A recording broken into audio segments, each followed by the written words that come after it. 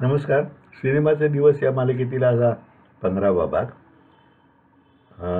तर अजिंक्य देव नोकरी ओळखण्याचे सीन सगळे पूर्ण झाले आणि मग एस टीचा सीन बाकी होता एक बारकासा. तर नंदू पाटील, चंद्रकांत मागावकर, रघुवीर आपटे हे आमचे कलाकार, शिवाय नामा शेलार हे सगळे एस टीतील असल्याने त्यांनी भाडी वगैरे भरून ठरल्या वेळी बस सातारा पुणे रस्त्यावर लिंबखिंडीच्या अलीकडे आणून उभी केली. बसमध्ये इतर प्रवासी लागतीलच म्हणून एस टी वर्कशॉपमध्ये व त्यांच्या एस टी ऑफिसमधील काही हौशी कर्मचारी उत्साहाने त्याच बसमध्ये बसून आले होते. तेथे गेल्यावर ती संख्या कमी वाटली म्हणून पितांबरने युनिटमधल्या स्पॉट बॉईज वगैरे 10-12 जणांनी प्रवाशाची भूमिका दिली. आणि मग बस चालली आहे, थांबते आहे, ड्रायव्हर काय झालं बघतोय, वेळ लागेल म्हणून प्रवासी खाली उतरत आहेत, बस बंद पडली आहे, असं काय काय बारीक बारीक शॉट घेतले. त्यात अजिंक्य बसमधून उतरतो वगैरे दृश्यमालिका पूर्ण केली आणि हा सीन संपला. आता सर्व लक्ष होते उद्याच्या फाईट सिक्वेन्सवर आणि त्यासाठी घोटाळा नको म्हणून अशोक पाटीलने एका स्पॉट बाईला सकाळी उठल्यावर 7 वाजताच चौगुल्यांच्या घरी जायचं, ट्रकवर राजन दोघांनी पुढं घालून यायचं असा आदेश देऊन वर काय घोळ केलासा तर पायताना हाणर अंड्याच्या असा सज्जड दम दिला होता. जगन चौगुलानेही झालेला प्रकार लागला होता. या सगळ्याचा सुपरिणाम होऊन म्हणजे राजन ट्रक घेऊन सकाळी 7 वाजता स्पॉटवर हजर होता. 10चे सुमारास अशोक काही सामान आणण्यासाठी व्यवसायीवरून खाली साताऱ्यात आला होता.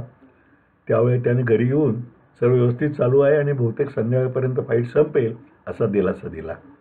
तो परत निघण्यापूर्वी त्याला सांगितले की भाऊकांचे मित्र असलेले खूपच वरिष्ठ सरकारी अधिकारी आणि त्यांच्या पत्नी, म्हणजे खरं तर भाऊकांचे ओळखीचे म्हणजे माझे ओळखीचे इन्कम टॅक्समधले आमचे अधिकारी होते मोठे, की त्यांना आणि त्यांच्या पत्नीलाही खरं तर शूटिंग बघायची इच्छा आहे.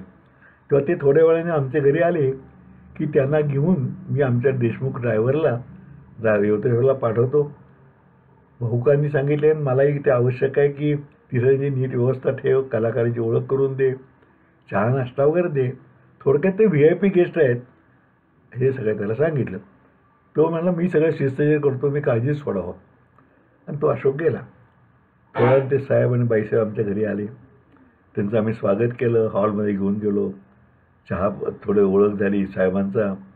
त्या साहेबांचा लौकिक चांगला होता, तिथे सच्चे आणि कार्यक्षम अधिकारी म्हणून इन्कम टॅक्स लौकिक होता. त्यांच्या पोक्त चेहऱ्यावर बुद्धिमत्ताही तेज होतं. त्यांच्या मिसेसही 50च्या जवळपास होत्या, पण आपली सौंदर्य संपदा बऱ्यापैकी टिकून होत्या. त्यांनी केलेला आधुनिक पोशाख व हलका मेकअप सौंदर्याची त्या राखत असलेली निगा स्पष्ट करणारा होता. त्यांना सिनेमा या प्रकाराबद्दल खूपच उत्साह होता व शूटिंग कसे चालते, कोण आर्टिस्ट आहेत, त्यांच्या अनेक प्रश्नांना असे मी उत्तर देत होतो. मी सिनेमासारख्या वेगळ्या क्षेत्रात उतरलो आहे याचे त्या भाऊकांच्याजवळ खूपच कौतुक करत होत्या आणि कौतुकाच्या त्यांच्या प्रत्येक वाक्याबरोबर भाऊकाका अस्वस्थ होत होते. कारण सिनेमाला असल्या त्यांचा विरोध स्पष्टपणे बोलूनही दाखवता येत नव्हता. कारण साहेबही आमचं कौतुक करत होते. शेवटी साहेब मजकुराने चला आता शूटिंगला बघायला जायचं ना असं म्हटल्यावर भाऊकांच्याही चेहऱ्यावर सुटकेचे भाऊ म्हटले. देशमुखबरोबर त्या दोघांना त्याला पाठवून मी कामाला बसलो. साधारण 2 तासांनी ते परत येणार होते व आमच्या घरी जेवण करून परत निघणार होते. त्यामुळे तेवढा वेळ मला उरकता येत होतं तेवढं मी काम उरकत बसलो होतो.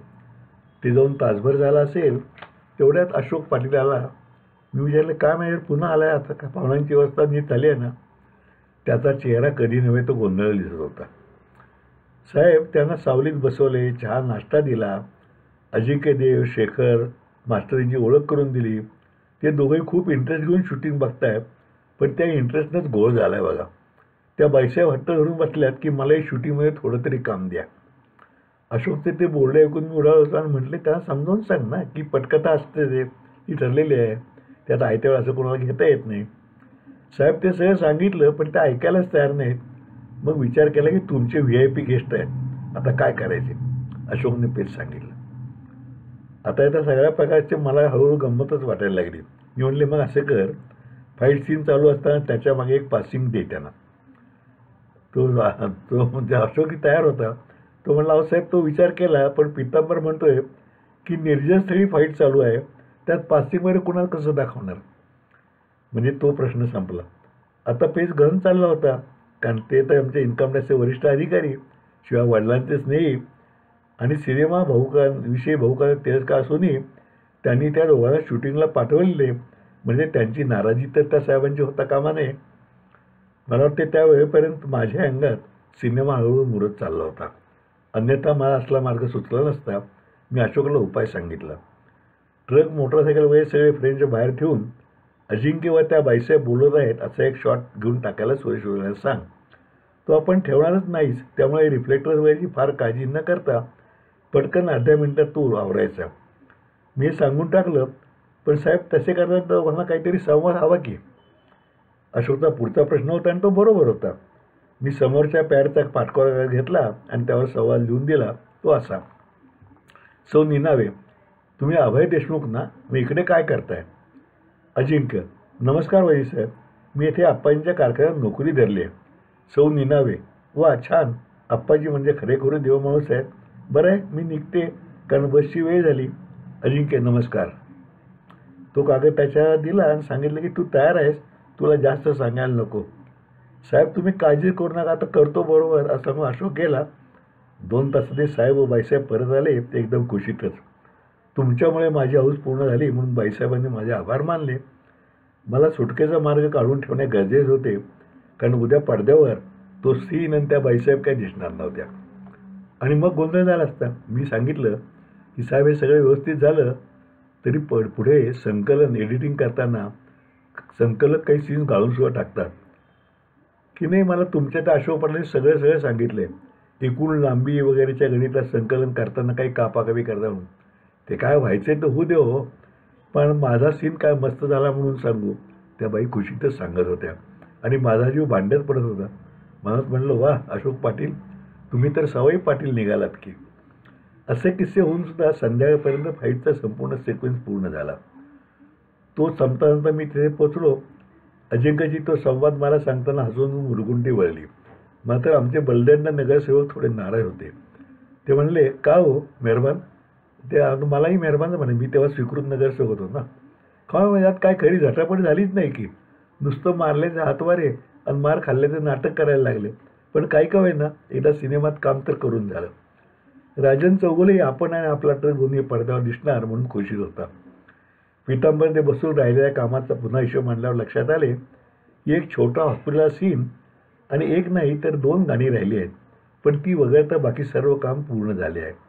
आता प्रत्येक गाण्याला 2 दिवस म्हणले ते आणखीन 4 दिवसात सर्व शूटिंग पूर्ण होण्याच्या मार्गावर आहे. या फाईटच्या बदलामुळे नृत्य दिग्दर्शक जयकुमारांच्या वेळी लांबून ते उद्या येणार होते आणि गाणी म्हणजे त्यांचेच काम महत्त्वाचे होते. आता राहिलेला तो सीन हॉस्पिटल सीन आत्ताच करू असे ठरवून धावपळीत सातारचं आरेंगल वैद्यक हॉस्पिटल आहे तिथे माणसं पाठवून तयारी करायला लावली. संस्थेने आपल्या एका मोठ्या वॉर्डमध्ये त्यांची परवानगी दिली होती. सर्व सेट लागून कलाकार आल्यावर लक्षात आले की एक नर्स आणि डॉक्टरही पाहिजे. तेथीलच एका नर्सला विचारलं, ती उत्साहाने तयार झाली. डॉक्टरच्या भूमिकेसाठी तेथे रेसिडेंट डॉक्टर म्हणून काम करणारे माझे मित्र दिलीप येळगावकरांना झोपेतून उठवून आणले. दिलीप येळगावकर म्हणजे हुशार, उत्साही आणि चळवळ डॉक्टर. तेव्हाही तो अनेक चळवळीत असायचा. तो लगेचच तयार आला. त्याला 2 वाक्य होती, त्यासह त्याने उत्तम अभिनय केला आणि तो सीन पूर्ण झाला. हा नव्हे, आता दिलीप म्हणजे हा नव्हे म्हणायचं. आता तर तो लोकप्रतिनिधी म्हणजे आमदार झाला आहे, त्यामुळे हे डॉक्टर दिलीप येळगावकर सध्या भाजपचे आमदार म्हणून तेव्हा काम करत होते. मी पुस्तक लिहिलं तेव्हा 2 टर्म ते आमदार होते. परवा दूरदर्शनवर कशासाठी प्रेमासाठी लागल्यावर त्यांना फोन करून सांगितल्यावर त्यांनाही त्या जुन्या आठवणीची मजा वाटली. त्या सीनमध्ये तुम्ही अभिनय केलात, पण आता नेता म्हणून तुम्हाला रोजच अभिनय करायला लागतोय असे मी म्हटल्यावर माझ्या हसण्यात तेही सामील झाले. कशी तुला समजावू हे गाणं अजिंक्य व निवेदिता आहे, तर अगं फुलवा हे गाणं विजय करवणे प्रेमा खेळत होते. अजिंक्य व निवेदिता यांनी सलग तारखा दिल्यामुळे मुंबईहून लांब साताऱ्यात बाहेर जाऊन ते थोडे कंटाळ्यासारखे झाले होते. त्याचा विचार करून त्यांचे गाणे आधी पूर्ण करून त्यांना पॅकअप करायचा निर्णय आम्ही घेतला. पॅकअप हा शूटिंग संपल्यातला इंडस्ट्रीतला परवलीचा शब्द आहे. एखाद्या लोकेशनचे शूटिंग संपले ती दिग्दर्शक पॅकअप ऑर्डर देतो, म्हणजे आता इथला मुक्काम हलवून पुढच्या लोकेशनला चला. दिवसाची शिफ्ट संपली आणि ओव्हरटाईम नसेल तर दिग्दर्शकी पॅकअप ऑर्डर म्हणजे त्या दिवसाचे पूर्ण शूटिंग संपले. आणि एखाद्या कलाकाराचे चित्रपटाचे सर्व काम पूर्ण झाले की तो कलाकारच दिग्दर्शकाला विचारतो, मी पॅकअप का? आणि त्याचं खरंच काम संपलं असेल तरच यश म्हणतो येस बॅकअप. अजिंक्य आणि निवेद ते गाणे कारखान्यातच अजिंक्यची जी खोली लावली त्यात 2 दिवसात पूर्ण झाले आणि पितांबरीने दोघांनी पॅकअप म्हणून सांगितले. त्या दोघांनी खरोखरीच काही न कुरकुरता कोणताही त्रास लहरीपणा न दाखवता संपूर्ण सहकार्य केले आणि तेही हसतमुखाने. त्यांचे मी मनापासून आभार मानले. मराठी चित्रपटसृष्टी एक चांगली प्रथा आहे. प्रत्येक कलाकाराचे राहणे, जेवण, चहा, नाश्ता वगैरे सर्व त्याच्या पसंतीने आणि निर्मात्याच्या खर्चाने म्हणजे प्रोडक्शन अकाउंटवर करायचे. परंतु कलाकाराचा ड्रिंक्स किंवा टेलिफोनचा खर्च मात्र त्या कलाकारानेच करायचा. कशासाठी प्रेमासाठीच्या पूर्ण युनिटमध्ये एकही कलाकार किंवा तंत्रज्ञ ड्रिंक्सवाला नव्हता, त्यामुळे तो प्रश्न होता.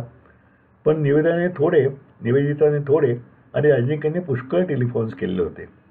त्या प्रथेप्रमाणे अशोक पाटीलने त्या दोघांची ती बिले माझ्या हातात ठेवली. तेवढे वजा करून मी त्या दोघांचे मानधन दिले. JK व शेखर नवरे यांचेही सर्व शो पूर्ण केला आणि त्या सर्वांना आता डबिंगला भेटू म्हणून निरोप दिला.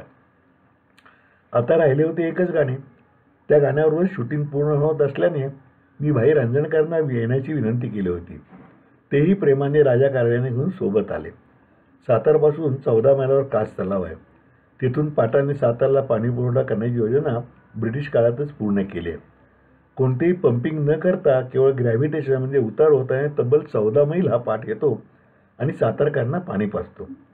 डोंगराच्या आजूबाजूला वनराई घेऊन येणारा हा पाटाचा निसर्गरम्य परिसर आम्ही खरं म्हणजे पितांबरीने त्या गाण्याच्या शूटिंगसाठी निवडला होता.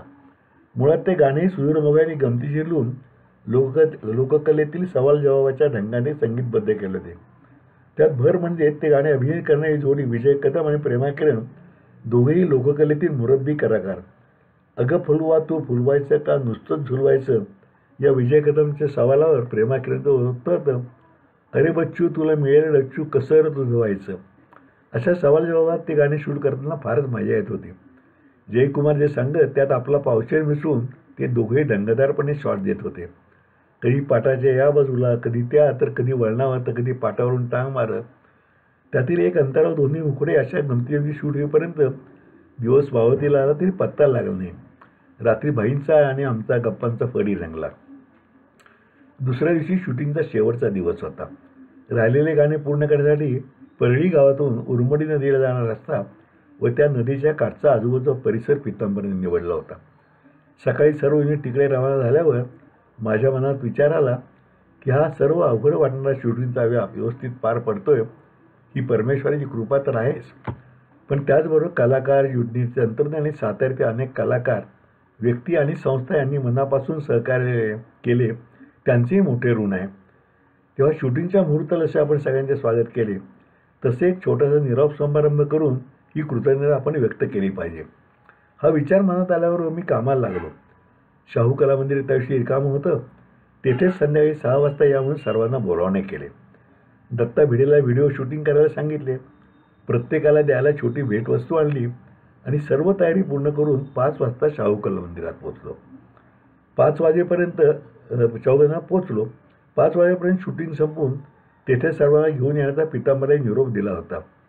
इतर सगळेजण यायला लागले होते पण त्याचा पत्ता नव्हता. गाडी काढून पळलेला गेलो तर शेवटच्या शॉटचे शूटिंग सुरू होते.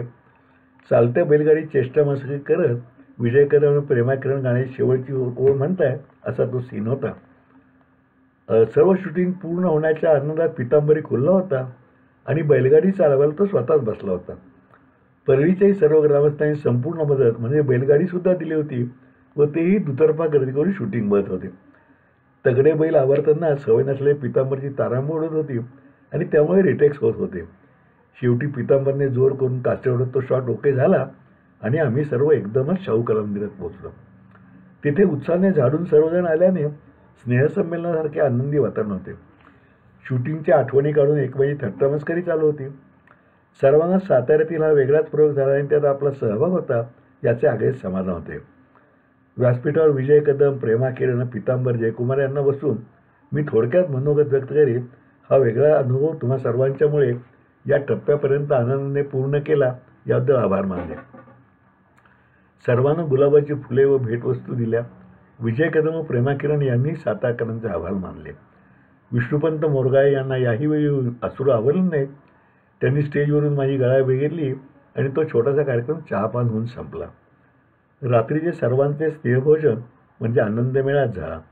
सर्वच कलाकार आणि तंत्रज्ञांनी असे स्वागत, असे शूटिंग, असा प्रेमाचा निरोप आणि असा निर्माता आम्ही आजपर्यंत बघितला नाही असं सांगून भरभरून भावना व्यक्त केला. आता चित्रपट निर्मितीचा हा तर फक्त पहिला टप्पा पूर्ण झाला होता. अजून एडिटिंग, डबिंग वगैरे टप्पे बाकीचे होते. परंतु येथेवरही ऐसा हा प्रवास मला अनुभवांचा नवीन खजिना देणारा, सुखाचा व आनंदाचा झाला होता. अगदी अपरिचित क्षेत्रातून एवढी तरी मजा मारल्याचे समाधान होते. आणि त्या प्रवासात मिळालेली भाई रांजणकर, सुधीर मोघे, पीतांबर काळे, अशोक पाटील, सर्वच कलाकार, तंत्रज्ञ या सगळ्यांची साथ फार मोलाची होती. आणखीन एक मला विशेष मुद्दाम नमूद करायला पाहिजे की सगळ्या सातारकरांनी, म्हणजे मी एखाद्या एक व्यक्ती किंवा संस्थेचं नाव घेत नाही, पण ज्याला ज्याला काय काय आपण सांगावं त्या प्रत्येकाने मनापासून साथ दिली होती. कुठेही आपण काहीतरी वेगळं करतोय, मदत करतोय, हा जणू आपला सिनेमा आहे. साताऱ्यात होतोय पहिल्यांदा, त्यामुळं सगळ्यांचं खरं मनापासून ऋण व्यक्त करायला पाहिजे. हा टप्पा इथं संपवताना मी आणखीन एक उल्लेख करतो, हा भाग संपवतो. अनेकदा म्हणतात की सातारा सिनेमाची परंपरा तुम्ही सुरू केली, पहिले चित्रपट निर्माते साताऱ्यात तुम्ही आहेत, पण वस्तुस्थिती तशी नाही आहे. सातारा सिनेमामध्ये पहिला सिनेमा जो काढला तो काटकर म्हणून होते, त्यांनी काढला. काटकर म्हणून इथं वाडेखेडे म्हणून गाव आहे, तिथले काटकर.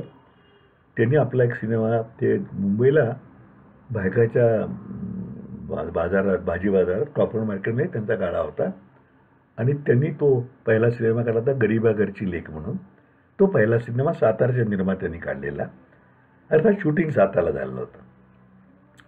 त्यानंतर काही काळानंतर व्हायचेच रवींद्र भट आणि गणेश भट हे दोघंही आप्पा भट म्हणून जे नामांकित वकील होते, त्यांची मुलं, त्यांनी सिनेमा काढला होता सुंदर माझे घर बहुतेक नाव तिथं. आणि तोही सुंदर सिनेमा झाला होता. पहिल्या गरीबाघरची लेखलाही राष्ट्रपतींचा पुरस्कार मिळाला होता. या भटबंधूंनी काढलेल्या चित्रपटाला सुद्धा पुरस्कार मिळाला होता. शिवाजी काटकर जो होता तो आमच्या शाळेतला माझी विद्यार्थी, माझ्यापुढे 7-8 वर्ष, 4-5 वर्ष होता. आणि रवींद्र भटची माझी नंतर ओळख झाली, पण आम्ही घट्ट मित्र शेवटपर्यंत होतो. अतिशय उत्तम लेखक, साहित्यिक, मनमोकळा अभिनेतासुद्धा आणि कवीसुद्धा. आणि अगदी तो वारले, पण अगदी आमची घट्ट मैत्री होती. सातारला येऊन तो अनेकदा सज्जनगडावर मुक्काम करायचा आणि त्यांनी सुंदर कादंबऱ्या संतांच्यावरच्या तिथं बसून लिहिलेल्या आहेत सज्जनगडवरती. त्यानंतर माणिकचंद ओसवाल म्हणून व्हायचेच, त्यांनी एक चित्रपट काढला होता. म्हणजे माझ्या आधी तिघांनी चित्रपट काढून झाले होते, पण यातलं कुणीच साताऱ्यात काही शूटिंग कधी केलेलं नव्हतं किंवा साताऱ्याच्या पार्श्वभूमीची कथा नव्हती. ती पहिल्या प्रथम मी निवडली. आणखीन एक भाग सांगतो की या तिघांनी एक एकच चित्रपट निर्माण केला, पण मी एकच करायचं म्हणून ठरवलं होतं, पण पुढं 5 चित्रपट निर्माण केले. आणि त्यामुळेच सातारच्या 86 ते 92पर्यंत सातारची एक परंपरा निर्माण झाली. आणि माझ्यानंतरही अनेकांनी सातारा चित्रपट निर्माण केले, ज्यामध्ये अण्णा देशपांडे, आता अण्णा वारले नुकतेच, अण्णा देशपांडे, रमेश शानभाग, डॉक्टर कणसे, नंतर डॉक्टर मला आठवत नाही आता, अबूभाई बागवान यांनी साताऱ्याच्या एक द बाफना म्हणून त्यांनी निर्माण केले. दीपक देशमुख निर्माण केले. ह्या सगळ्यांनी नंतर केले निर्माण. म्हणजे सातारला काही काळ सलग त्यांनी चित्रपट निर्माण होत राहिले. माझ्या माहितीप्रमाणे 92 साली मी शेवटचा केला. त्यानंतर जवळजवळ 8-9 साल, 10 सालापर्यंत सातारचे चित्रपट निर्माण होत राहिले. आणि सातारची एक ओळख सातारचं चित्रपट निर्मितीचं क्षेत्र म्हणून, केंद्र म्हणून होत गेली. त्यामुळे आता सिनेमाच्या दिवसातला माझा पहिल्या सिनेमा शूटिंगपर्यंतचा टप्पा आता इथं संपला. आता उद्याच्या भागामध्ये आपण मुंबईच्या मुसाफिरीला सुरुवात करू, कारण शूटिंग जरी साताऱ्यात झालं तरी पुढचं सर्व पोस्ट प्रोडक्शन ज्याला म्हणतो ते सगळं मुंबईतच करावं लागतं. कारण म्हणजे तेव्हा तरी लागत असे, अजूनही लागतं. आता कॉम्प्युटरवर कुठल्याही ठिकाणी बसून होऊ शकेल, पण तेव्हा मुंबईत करायला लागायचं. ते सर्व किस्से आता पुढच्या भागात येतील. आणि ह्या आजपर्यंतच्या 15ही भागाचं आपण मनापासून स्वागत केलं. अनेकांचे त्याला प्रतिसाद येतो आहे. माझ्या यूट्यूब चॅनेलला, अरुण गोडबोले या यूट्यूब चॅनेलला सुद्धा खूप लोकांनी सबस्क्राईब केलं. सर्वांचा मी आभारी आहे. आपली प्रतिक्रिया कळवत राहा. arun.godbole009@gmail.com हा मेल ID माझा आहे आणि 98-220-16-299 हा माझा मोबाईल नंबर आहे. आपल्या प्रतिक्रियांची वाट आहे. आपल्या मित्रांनाही सांगा, बघायला सांगा. आपण सर्वजण आवडलं तर शेअरही करा. आणि थांबूया. मुंबईची मुसाफिरी उद्याच्या 16व्या भागात. नमस्कार.